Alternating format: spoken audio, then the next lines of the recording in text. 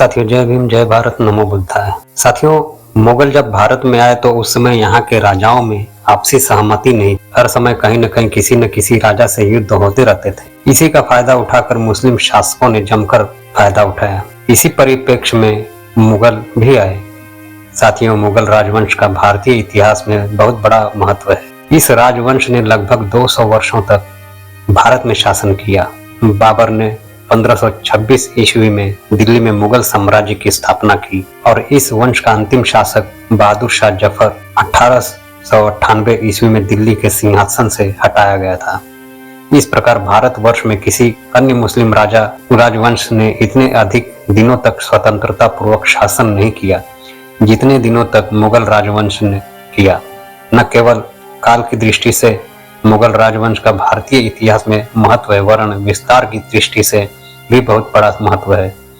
मुगल सम्राटों ने न केवल संपूर्ण उत्तरी भारत पर अपना एक छत्र साम्राज्य स्थापित किया, वरन दक्षिण भारत के भी एक बहुत बड़े भाग पर उन्होंने अपनी प्रभुत्व शक्ति स्थापित की। मुगल सम्राटों ने जितने विशाल साम्राज्य पर सफलतापूर्वक शासन किया, उतने विशाल साम्राज्य पर अन्य किसी मुस्लिम राजवंश ने शासन नहीं किया।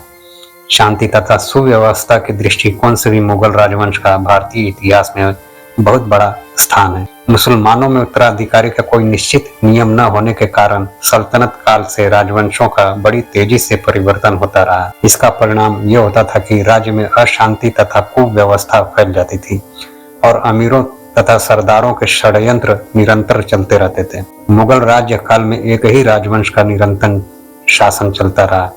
इससे राज्य को स्थायित्व प्राप्त हो गया। इसमें संदेह नहीं कि मुगल सम्राटों ने साम्राज्यवादी नीति का अनुसरण किया और विजय यात्राएं की, परंतु वे अपने राज्य में आंतरिक शांति तथा सुव्यवस्था बनाए रखने में पूर्ण रूप से सफल सिद्ध रहे। इस आंतरिक शांति तथा सुव्यवस्था के परिणाम बड़े महत्वपूर्ण हुए।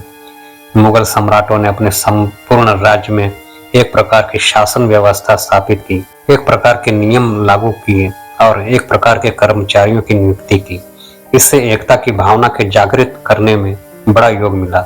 शांति तथा सुव्यवस्था के स्थापित हो जाने से देश की आर्थिक उन्नति बड़ी तेजी से होने लगी। इससे राज्य के वैभव तथा गौरव में बड़ी वृद्धि हो गई। मुगल सम्राटों का दरबार अपने वैभव तथा अपने गौरव के लिए दूर दूर तक विख्यात था। वे न केवल स्वयं वरन उनकी प्रजा भी सुखी तथा संपन्न थी। देश की संपन्नता का परिणाम हमें उस काल की कला की उन्नति पर स्पष्ट रूप से परिलक्षित होता है। दिल्ली, आगरा तथा फतेहपुर सीकरी में जिन भव्य भवनों, मस्जिदों, मकबरों तथा राज प्रसादों का निर्माण किया गया है, वे उस काल की स्मृति के द्योतक है। ताजमहल, तख्ते ताउस, कोहिनूर आदि इस काल की संपन्नता के ज्वलंत प्रमाण है। सभी ललित कलाओं की इस काल में उन्नति हुई, जिनका विकास केवल शांतिमय वातावरण में ही हो सकता था, भी इस काल की संपन्नता तथा शांतिमय वातावरण की द्योतक है। वास्तव में मुगल काल का गौरव अद्वितीय तथा अनुपम है। मुगल सम्राटों ने भारतीय इतिहास में एक नई नीति का सूत्रपात किया। वह नीति थी सहयोग तथा सहिष्णुता की।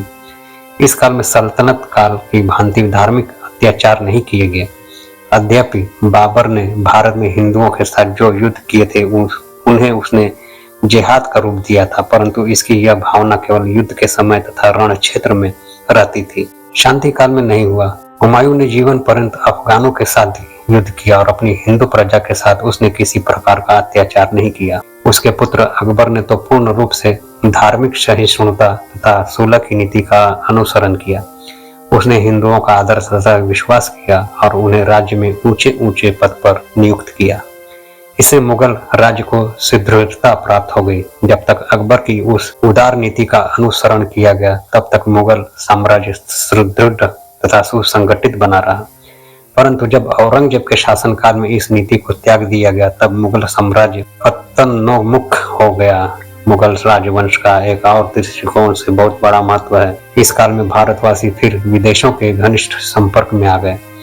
पूर्व तथा पश्चिम के देशों के साथ भारत का व्यापारिक तथा सांस्कृतिक संबंध फिर स्थापित हो गया। पाश्चात्य देशों से यात्रा लोग भारत में आने लगे, जिससे भारतीयों के साथ उनका व्यापारिक संबंध बढ़ने लगा और विचारों का आदान प्रदान भी होने लगा। इसका अंतिम परिणाम यह हुआ कि भारत में यूरोप वासियों की राज्य संस्थाएं स्थापित हो गई और भारतीय सभ्यता तथा संस्कृति पर विदेशी की सभ्यता तथा संस्कृति का बड़ा गहरा प्रभाव पड़ा।